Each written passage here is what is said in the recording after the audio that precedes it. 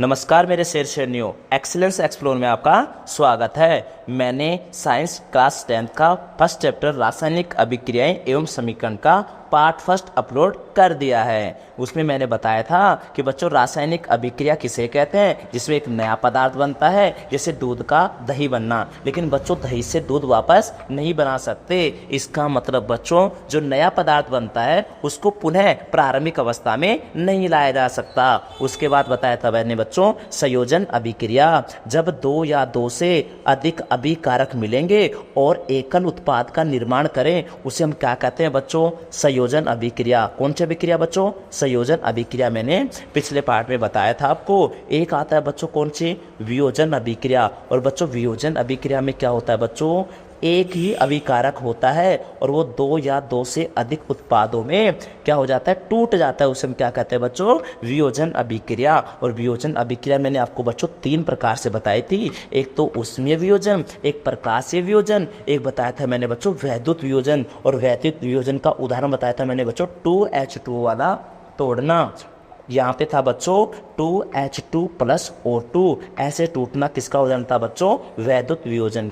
उसके बाद बच्चों इसमें एक और बताया था मैंने प्रकाशीय वियोजन, और जिसका उदाहरण बताया था मैंने बच्चों 2AgCl यानी कि 2Ag + Cl2 वाला। एक बताया था बच्चों मैंने 2AgBr, ये वाला बताया था 2Ag + Br2 वाला। और ये कौन सा किसका उदाहरण था बच्चों, प्रकाशीय वियोजन का। एक और बताया था मैंने बच्चों उष्मीय वियोजन का। और उष्मीय वियोजन में बच्चों मैंने बताया था कि जो CaCO3 है, जो किसका फॉर्मूला है बच्चों, चूना पत्थर का, संगमरमर का, और जो टूटेगा बच्चों CaO + CO2 के अंदर। और उसके पीछे का कारण कौन सा था बच्चों, वियोजन अभिक्रिया। उसके बाद बच्चों मैंने बताया था आपको विस्थापन अभिक्रिया। और बच्चों विस्थापन अभिक्रिया किसे कहते हैं, विस्थापन अभिक्रिया किसे कहते हैं बच्चों, जिसमें अधिक क्रियाशील तत्व कम क्रियाशील तत्वों को क्या कर देगा बच्चों, विस्थापित कर देगा। उदाहरण के लिए क्या बताया था बच्चों मैंने, Fe + CuSO4,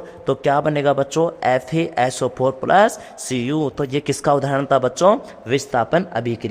उसके बाद बच्चों हमने पढ़ा था द्वितीय विस्थापन अभिक्रिया। और बच्चों द्वितीय विस्थापन अभिक्रिया में मैंने सीधा सा बताया था इसके अंदर आयनों का आदान प्रदान होता है। तो उसके बाद बच्चों आज हम पढ़ेंगे क्या, अपचयन अभिक्रिया और उपचयन अभिक्रिया। और उपचयन अभिक्रिया कहाँ कहाँ यूज हो रही है उसके कुछ इफेक्ट तुम्हें देखने को मिलेंगे। और उसके बाद एक टॉपिक रहेगा हमारा बच्चों कौन सा, रासायनिक अभिक्रिया को संतुलन करना। तो आज बच्चों हम स्टार्ट करते हैं पहले अपचयन और उपचयन। तो बच्चों आप ये क्रियाकलाप देख रहे हैं, यहाँ पे कॉपर के चूर्ण की सतह पर कॉपर ऑक्साइड के क्या चढ़ गए बच्चों, काली परत चढ़ जाए। जब कॉपर का चूर्ण हो और उसकी सतह पर अगर एक काली परत चढ़ जाए, किसकी, कॉपर ऑक्साइड की। और ये कॉपर ऑक्साइड की जो काली परत चढ़ती है बच्चों, यह कॉपर ऑक्साइड कॉपर में ऑक्सीजन के योग से बना होता है, इसीलिए इसके ऊपर कौन सी परत चढ़ी है बच्चों, काली परत। इसका मतलब बच्चों जो कॉपर ऑक्साइड बना है वो कॉपर + ऑक्सीजन से बना है। इसका मतलब का जब कॉपर के चूर्ण की सतह पर जो कॉपर ऑक्साइड की काली परत चढ़ने में किसका आता है बच्चों, ऑक्सीजन का। लेकिन बच्चों यहाँ पे ध्यान रखना काली परत चढ़ी है, लेकिन जब इस कॉपर ऑक्साइड के ऊपर अगर हम हाइड्रोजन गैस प्रवाहित कर दें तो बच्चों ये सतह जो है ना, जो काली परत की है वो किसके रंग की हो जाएगी, भूरे रंग की हो जाएगी, क्योंकि हमने उस पर क्या हाइड्रोजन गैस क्या कर दी बच्चों, प्रवाहित कर दी। तो बच्चों यहाँ पे ऑक्सीजन का यूज हो रहा है, यहाँ पे हाइड्रोजन आ गया। तो बच्चों यहाँ पे आप इसका एग्जाम्पल पढ़ेंगे कि यहाँ पे जो कॉपर ऑक्साइड था बच्चों, इसमें देखो जब उत्पाद बना तो कॉपर ऑक्साइड से ऑक्सीजन का क्या हो गया बच्चों, यहाँ पे क्या हो गया, कमी आ गई। और बच्चों अगर तुम यहाँ देखोगे तो यहाँ पे कॉपर के बच्चों ऑक्सीजन नहीं था, इसके पास ऑक्सीजन की क्या हो गई बच्चों, वृद्धि हो गई। तो बच्चों यहाँ पे ऑक्सीजन की वृद्धि हो रही है, यहाँ पे ऑक्सीजन की कमी हो रही है। तो यहीं से बनता है बच्चों, जब अभिक्रिया के समय जब कोई पदार्थ हो उसमें अगर ऑक्सीजन की वृद्धि होती है तो बच्चों उसे उपचयन कहते हैं। और जब ऑक्सीजन का ह्रास यानी कि कमी होती है तो बच्चों उसे हम कहते हैं उपचयन। याद रखना बच्चों, उपचयन में ऑक्सीजन की वृद्धि और अपचयन में क्या होता है बच्चों, ऑक्सीजन की कमी। और जो बच्चों जो हमारा कॉपर ऑक्साइड था उसकी परत कैसे हो गई थी, काली परत चढ़ गई थी, क्योंकि वहां पे ऑक्सीजन ऐड हुआ था कॉपर के चूर्ण में। और लेकिन जब कॉपर ऑक्साइड पे हमने हाइड्रोजन गैस प्रवाहित की तो जो काली परत थी वो कैसे कलर की हो गई बच्चों, भूरे रंग की हो गई। तुम्हें इतना याद करना है कि उपचयन और अपचयन अभिक्रिया किसे कहते हैं। तो बच्चों उपचयन अभिक्रिया में वह अभिक्रिया जिसमें किसी पदार्थ पर ऑक्सीजन की वृद्धि होती है, और अपचयन में वह अभिक्रिया जिसमें किसी पदार्थ में ऑक्सीजन की क्या होती है, कमी होती है। लेकिन बच्चों एक अभिक्रिया आती है अपचयन और उपचयन, तो उसका दूसरा नाम होता है बच्चों रेडॉक्स अभिक्रिया।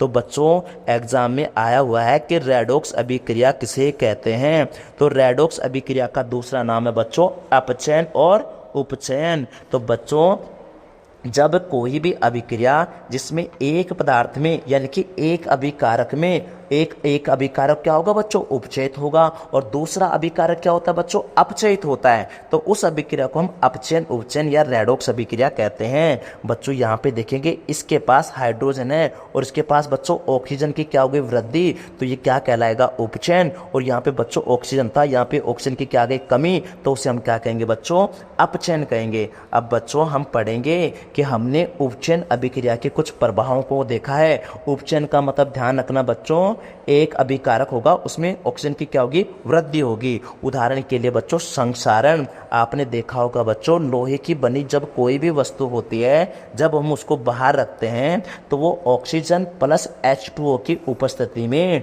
उसके ऊपर बच्चों क्या लग जाता है, एक भूरे रंग की परत चढ़ जाती है, जिसको हम क्या कहते हैं बच्चों, लोहे पर जंग लगना। ऐसे और भी बहुत सारी धातु आती हैं, जैसे चांदी भी आती है बच्चों और तांबा भी आता है। आपने बच्चों चांदी देखी है, चांदी पे काली परत आ जाती है, और बच्चों आपने तांबा देखा होगा, तांबे पे हरी परत आती है। तो बच्चों लोहे पर कैसी परत भूरी, चांदी पे कैसे काली, तांबे पे कैसे हरी परत आती है, तो उस प्रक्रिया को हम क्या कहते हैं बच्चों, संक्षारण। तो बच्चों यहाँ पे आप देख सकते हैं चांदी के ऊपर काली परत और तांबे के ऊपर हरी परत चढ़ना क्या कहलाता है बच्चों, एक किसके उदाहरण है, संक्षारण के उदाहरण है। आप बात करेंगे बच्चों, एक नेक्स्ट टॉपिक बचा है, यहाँ पे थोड़ा सा और बता दूं, अगर आपको संक्षारण से बचाना है तो आप क्या कर सकते हो बच्चों, पेंट कर सकते हो या एक जिंक की परत चढ़ा सकते हो। आपने देखा होगा कोई पुल है या लोहे की रेलिंग हो या कोई जहाज हो, तो जो लोहे की बनी जो धातु, लोहे की बनी धातुओं से बने होते हैं और वो क्या होते हैं बच्चे, खराब होने लगते हैं, इसलिए वहाँ पे क्या किया जाता है बच्चों, पेंट किया जाता है। और कहीं कहीं तुमने देखा होगा कि वहाँ पे जिंक की परत का भी यूज किया जाता है बच्चों। इसके बाद एक दूसरा उदाहरण आता है बच्चों, विकृत गंधिता। आपने देखा होगा बच्चों वसा युक्त यानी कि ऑयली चीज, तेलीय खाद्य पदार्थ लंबे समय तक टिक नहीं सकते, वो खराब हो जाएंगे, उनका स्वाद या गंध आने लग जाएगा, उनका स्वाद क्या हो जाएगा, बदल जाएगा। उसके पीछे का कारण क्या होता है बच्चों, विकृत गंधिता, क्योंकि बच्चों जब ऑयली यानी कि वसायुक्त चीजें होती हैं वो ऑक्सीजन से साथ अभिक्रिया कर लेती हैं और अभिक्रिया करके उनका स्वाद क्या हो जाता है, टेस्ट में, और स्वाद में क्या हो जाता है बच्चों, बदलाव और गंध आने लगती है, उसे हम कहते हैं बच्चों विकृत गंधिता।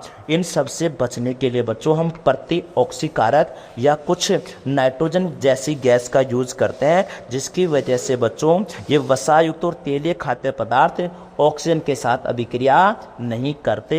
ये बच्चों अब हम आगे पढ़ेंगे बैलेंसिंग ऑफ इक्वेशन, यानी कि हम जो हमारे जो समीकरण आएगा उसको संतुलित कैसे करते हैं। यहाँ पे हमने पढ़ा बच्चों अपचयन और उपचयन। अपचयन एक होता है उपचयन। उपचयन में ऑक्सीजन की वृद्धि और अपचयन में ऑक्सीजन की कमी होती है। और उपचयन के उदाहरण क्या बच्चों, संक्षारण और विकृत गंधिता। संक्षारण का नाम है तो लोहे पे जंग लगना याद करना। विकृत गंधिका मतलब आलू की चिप्स वाला, उसको खुला छोड़ देंगे तो उसके अंदर स्वाद या गंध आना, ये किसका उदाहरण है बच्चों, विकृत गंधिता का। बच्चों हम पढ़ेंगे अब संतुलित रासायनिक समीकरण, यानी कि रासायनिक समीकरण है उसको संतुलित करना।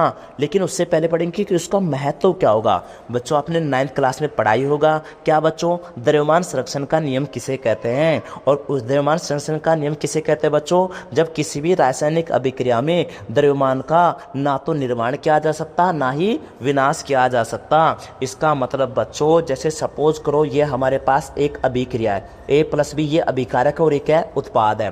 तो बच्चों ये अभिकारकों में तो द्रव्यमान की संख्या और उत्पाद के अंदर द्रव्यमान की संख्या, तो यहाँ पे कुल द्रव्यमान के दोनों के क्या होंगे, दोनों द्रव्यमान क्या होंगे बच्चों, बराबर होने चाहिए। इसका मतलब किसी भी रासायनिक अभिक्रिया में जो उत्पाद है उसके अंदर कुल द्रव्यमान कितने हैं और अभिकारक के अंदर कुल द्रव्यमान कितने, वो दोनों क्या होने चाहिए बच्चों, बराबर होने चाहिए। इसीलिए हम बच्चों इसको क्या करते हैं, संतुलित करते हैं। और संतुलित करने का तरीका बच्चों यहाँ पे सिंपल मैं तरीका बताता हूँ। एक हमारे पास एक समीकरण लेते हैं, वो ऑलरेडी संतुलन है या नहीं है हम चेक करेंगे। जैसे बच्चों जिंक है और इधर वाला जो एरिया कहलाता है बच्चों हम उसको कहेंगे LHS यानी कि लेफ्ट हैंड साइड, और इधर वाला बच्चों कौन सा है, राइट हैंड साइड। तो हम लिखेंगे बच्चों इसके अंदर कौन कौन से हमारे पास एलिमेंट है। एक तो बच्चों हमारे पास जिंक है, एक हमारे पास क्या है बच्चों, हाइड्रोजन है, एक सल्फर है और एक ऑक्सीजन है। ये किधर है बच्चों, राइट लेफ्ट साइड। इधर भी सेम जेड के सामने जेड, एच के सामने एच, एच के सामने एच, ओ के सामने ओ। तो इधर बच्चों देखो यहाँ पे जिंक का एक है, यहाँ पे तो जिंक का कितना लिखेंगे, एक। यहाँ पे एच का कितना बच्चों, यहाँ पे नीचे दो है। एच का कितना बच्चों यहाँ पे एक है और ओ का कितना बच्चों यहाँ पे चार है। सेम ऐसे ही जिंक का कितना बच्चों यहाँ पे एक है, एच का कितना बच्चों यहाँ पे दो है और एस का कितना है बच्चों यहाँ पे एक है, ओ का कितना है बच्चों यहाँ पे चार है। अब देखोगे कि जिंक का इधर भी एक, इधर भी एक, एच का इधर भी दो, इधर भी दो, एस का इधर भी एक, इधर भी एक, ऑक्सीजन का इधर भी चार, इधर भी चार। तो ये बच्चों बैलेंस इक्वेशन है। लेकिन बच्चों तुम्हें यहाँ पे बहुत सारी दिक्कतें आएंगी। जैसे बच्चों अगर यहाँ पे 2Zn होता तो बच्चों यहाँ पे Zn में परमाणुओं की संख्या कितनी है बच्चों, यहाँ पे 2 है। लेकिन बच्चों अगर आए 2H2SO4 तो बच्चों H का यहाँ पे 2 × 2 यानी कि H का है बच्चों 4 और S का बच्चों यहाँ पे कितना 1 × 2 तो कितना बच्चों यहाँ पे 2। और ऑक्सीजन का इसको बच्चों इसके जो आगे वाला नंबर होता है उससे मल्टीप्लाई करते तो ऑक्सीजन का कितना बच्चों 8। एक और देखो बच्चों यहाँ पे एक और एग्जाम्पल है। सपोज करो यहाँ पे 2Fe + SO4 ऐसा कुछ आ गया तो बच्चों यहाँ पे Fe का कितना है बच्चों यहाँ पे 2 और S का कितना है बच्चों यहाँ पे 1 और ऑक्सीजन का कितना बच्चों यहाँ पे 4। लेकिन बच्चों कभी कभी क्या होता है यहाँ पे भी 2H2 आ गया प्लस यहाँ पे सपोज करो H2SO4 आ गया। तो बच्चों ये लेफ्ट हैंड साइड अगर सपोज करो तो यहाँ पे अगर H का देखो तो 2 × 2 4 तो ये रहा और 2 × 2 4 ये रहा। 4 + 4 कितना हो जाएगा बच्चों यहाँ पे 1 और यहाँ पे बच्चों S का कितना है यहाँ पे 1, इधर भी कुछ नहीं है। लेकिन क्योंकि बच्चों ये प्लस हो रहा है और लेफ्ट हैंड साइड में है सारा तो बच्चों ये चीज़ ध्यान रखना।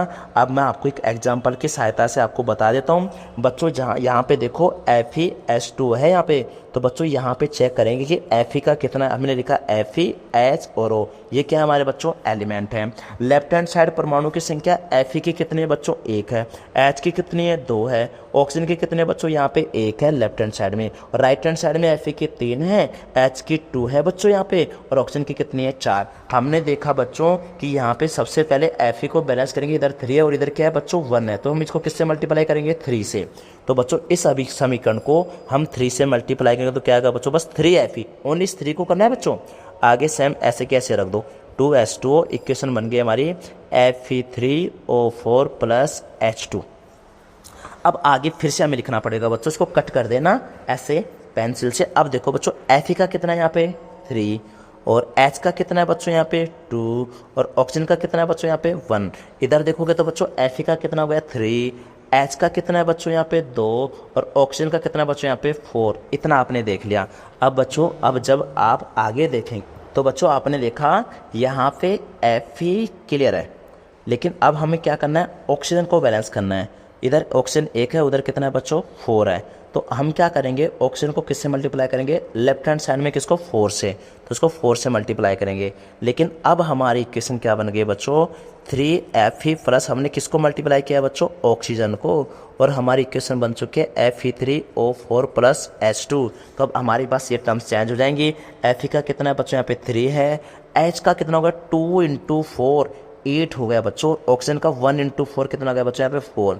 इधर देखेंगे Fe का कितना बच्चों 3 है, ऑक्सीजन का कितना बच्चों यहाँ पे 4 है, H का कितना बच्चों यहाँ पे 2 है। अब देखोगे तो ये तो बैलेंस हो गया Fe तो O भी बैलेंस हो, लेकिन H बैलेंस नहीं हुआ। और LHS साइड 8 है, RHS साइड कितना बच्चों 2, तो हमें RHS साइड किससे मल्टीप्लाई करना पड़ेगा 4 से, तो उसको किससे मल्टीप्लाई करेंगे 4 से। अब इक्वेशन जो बनेगी हमारी आएगी 3Fe + 4H2O और यहाँ पे आएगा बच्चों Fe3 4 प्लस यहाँ पे क्या आएगा बच्चों 4H2O। अब देखो बच्चों आगे क्या हुआ, अब सबको कट कर दिया। LHS साइड देखेंगे तो Fe का कितना बच्चों यहाँ पे 3 है, H का कितना बच्चों 2 इंटू 4 कितना बच्चों यहाँ पे 8 आ गया, ऑक्सीजन का 1 इंटू 4 कितना बच्चों यहाँ पे 4 है, और राइट हैंड साइड देखेंगे तो Fe का कितना बच्चों यहाँ पे 3 है, H का कितना बच्चों 2 इंटू 4 यानी कि यहाँ पे कितना बच्चों 8 है, और यहाँ पे बच्चों ऑक्सीजन का इधर कितना बच्चों 4, इधर कितना बच्चों 4। तो आप देखेंगे कि ये इक्वेशन बैलेंस हो गई। Fe का 3 भी इधर 3 इधर, H का 8 इधर 8 इधर, ऑक्सीजन का 4 इधर 4 इधर। तो LHS और RHS में परमाणुओं की संख्या क्या हो गई बच्चों, बराबर हो गई। तो ये बच्चों बैलेंस क्या हो गई हमारी, संतुलित। तो आप देखोगे 3Fe + 4H2O, 3Fe + 4H2O left hand side, और राइट हैंड साइड जो आएगा Fe3O4 +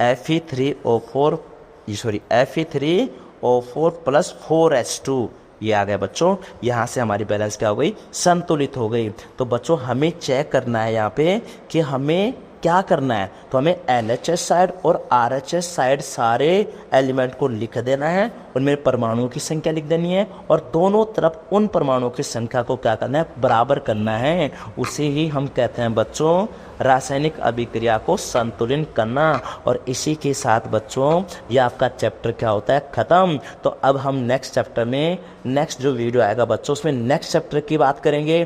तो इन 2 पार्ट्स के अंदर पहला चैप्टर आपका कंप्लीट हो चुका है। एक बार बच्चों मैं हल्का सा आपको फिर से रिवीजन करा देता हूँ। बच्चों ध्यान रखना, जब 2 या 2 से अधिक अभिकारक, तो बच्चों जो अभिक्रिया में भाग लेते हैं उसे हम कहते हैं अभिकारक। तो 2 या 2 से अधिक अभिकारक मिलकर एकल उत्पाद का निर्माण करें तो संयोजन अभिक्रिया। और जब एकल अभिकारक, एक ही अभिकारक 2 या 2 से अधिक उत्पाद बनाए तो वियोजन अभिक्रिया। विस्थापन अभिक्रिया किसे कहते हैं बच्चों, जब अधिक क्रियाशील तत्व कम क्रियाशील तत्वों को क्या कर दे, विस्थापित या हटा दे, उसे विस्थापन अभिक्रिया कहते हैं। एक बताया मैंने बच्चों द्वितीय विस्थापन अभिक्रिया, तो बच्चों इसके अंदर आयनों का क्या होता है, आदान प्रदान होता है। एक बताया बच्चों मैंने उपचयन अभिक्रिया, जब किसी अभिक्रिया में एक पदार्थ में ऑक्सीजन की वृद्धि हो तो उसे उपचयन कहते हैं। और एक बताया बच्चों मैंने अपचयन अभिक्रिया, तो अपचयन अभिक्रिया में क्या होता है बच्चों, जब कोई अभिक्रिया होगी तो किसी पदार्थ में ऑक्सीजन की कमी आएगी तो उसे हम क्या कहते हैं बच्चों, अपचयन। और वह अभिक्रिया जिसमें अपचयन उपचयन दोनों होते हैं उसे हम कहते हैं बच्चों रेडॉक्स अभिक्रिया। एक बताया था बच्चों मैंने, ये कौन सी अभिक्रिया थी बच्चों, संयोजन। और ये कौन सी अभिक्रिया थी बच्चों, वियोजन। और वियोजन अभिक्रिया बच्चों कितने प्रकार की थी, 3। एक तो यहाँ पे उष्मीय था, एक प्रकाशीय था, एक था वैद्युत। वैद्युत में उदाहरण कौन सा था बच्चों, 2H2O। प्रकाशीय में क्या था बच्चों, 2AgCl वाला। और यहाँ पे बच्चों क्या था, CaCO3 वाला। और बच्चों ध्यान रखना CaCO3 को कैल्शियम कार्बोनेट कहते हैं। और ये किसका फॉर्मूला है बच्चों, चूना पत्थर का। और संगमरमर का फॉर्मूला कौन सा है बच्चों, CaCO3। एक और चीज याद रखना बच्चों, जब हम अब बुझे हुए, बिना बुझा हुआ चूना में जब पानी डालेंगे, यानी कि कैल्शियम ऑक्साइड में जब पानी डालेंगे तो बनेगा क्या बच्चों, कैल्शियम हाइड्रोक्साइड, जिसको हम कहते हैं बुझा हुआ चूना। और बच्चों ये बुझा हुआ चूना कहाँ होता है, सफेदी करने में काम आता है दीवारों पे। और जब बच्चों जब सफेदी करते हैं तो ये अभिक्रिया किसके साथ कर लेगा, CO2 के साथ। और क्या बना देगा बच्चों, कैल्शियम कार्बोनेट। और इसी की वजह से उस जो सफेदी के उस पर क्या आएगी बच्चों, चमक आएगी। और इसी को हम चूना पत्थर कहते हैं, और इसी को हम क्या कहते हैं बच्चों, संगमरमर कहते हैं। और संतुलन करना क्यों जरूरी है बच्चों, क्योंकि हमने पढ़ा था द्रव्यमान संरक्षण का नियम। और उस नियम में ये कहा गया था कि द्रव्यमान का ना तो विनाश किया जा सकता और ना ही उसकी उत्पत्ति की जा सकती। उसी का यूज करते हुए हमने LHS और RHS साइड में परमाणु की संख्या को बराबर किया। और अगर बराबर हो जाती है तो वो बच्चों कौन सी अभिक्रिया कहलाएगी, विस्थापित छोरी, वो कौन सी अभिक्रिया कहलाएगी, संतुलन अभिक्रिया। और संतुलन करने की प्रोसेस को हम कहते हैं बच्चों हिट एंड रन प्रोसेस भी, हिट एंड रन समीकरण भी कहते हैं। थैंक यू बच्चों।